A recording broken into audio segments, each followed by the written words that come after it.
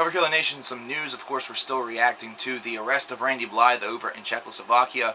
And this is all stemmed to a concert event that occurred 2 years ago in 2010 in the country, where a fan supposedly jumped on stage a handful of occasions, got pushed off by Randy Blythe allegedly, and suffered a head injury and later died from those injuries. Now, Randy Blythe faces up to 5 to 10 years in jail due to his actions during this event. Now, of course, a lot of people are saying that this is very erroneous, that there was no fight, there was no altercation, that that's all a bunch of hearsay.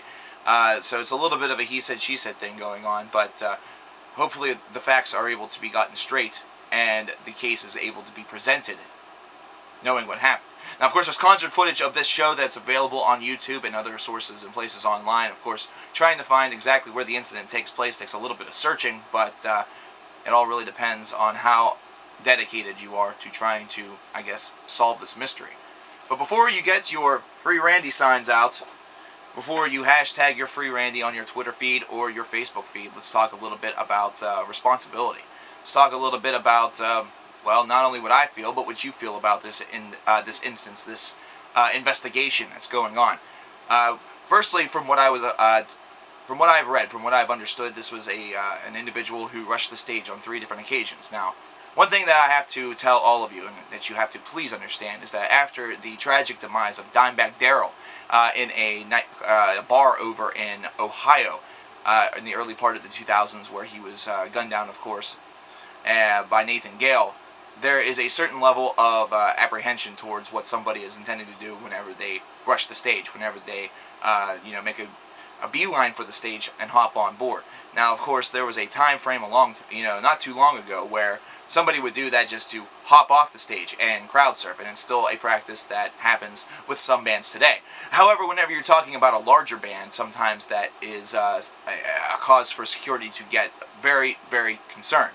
Now, of course, in this case, what the problem is that allegedly after the gentleman jumped on stage the 3rd time, Randy himself was the man who pushed the gentleman off the stage, causing him to sustain a head injury and eventually leading to his death due to the injuries.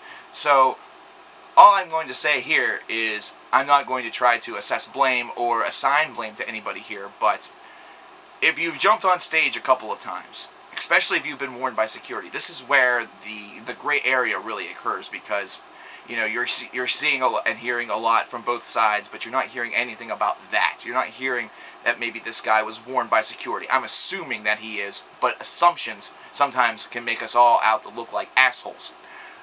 If you've been warned a couple different times before, that's an occasion where you need to just take a step back, chill out, and think about it, because it's something where they're doing it not only for the safety of the band that you're there to see, but they're also doing it for your safety. So, in this particular notion and occurrence, this guy is very much taking a calculated risk by jumping back up on stage. Now, the fact that he was allegedly pushed off by Randy and caused, this is Randy reacting. This is a reaction. Am I saying that he's in the right? No. Am I saying that he's in the wrong? No. Mainly because I want to see where this case goes whenever all the information is given to us. But as of right now, where we stand, Randy Blythe has the potential to serve 5 to 10 years in prison in Czechoslovakia due to a murder in the 4th degree, I believe is how they stated it. It's a very interesting terminology for it. I want to know what your reaction is to it. I want to know if you guys are hashtagging Free Randy, or if you guys are really just indifferent on this. And for those of you who are maybe finding out about this for the first time, what do you think about all this? Do you think that the concert goer was kind of at fault because he continued to jump on stage?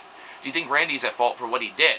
Do you think maybe he should have alerted security and allowed them to take care of it instead of taking matters into his own hands? I want to know your opinion on this, because this is something where mine is, well, very vexed a little bit, but I want to know if yours, well, what it is.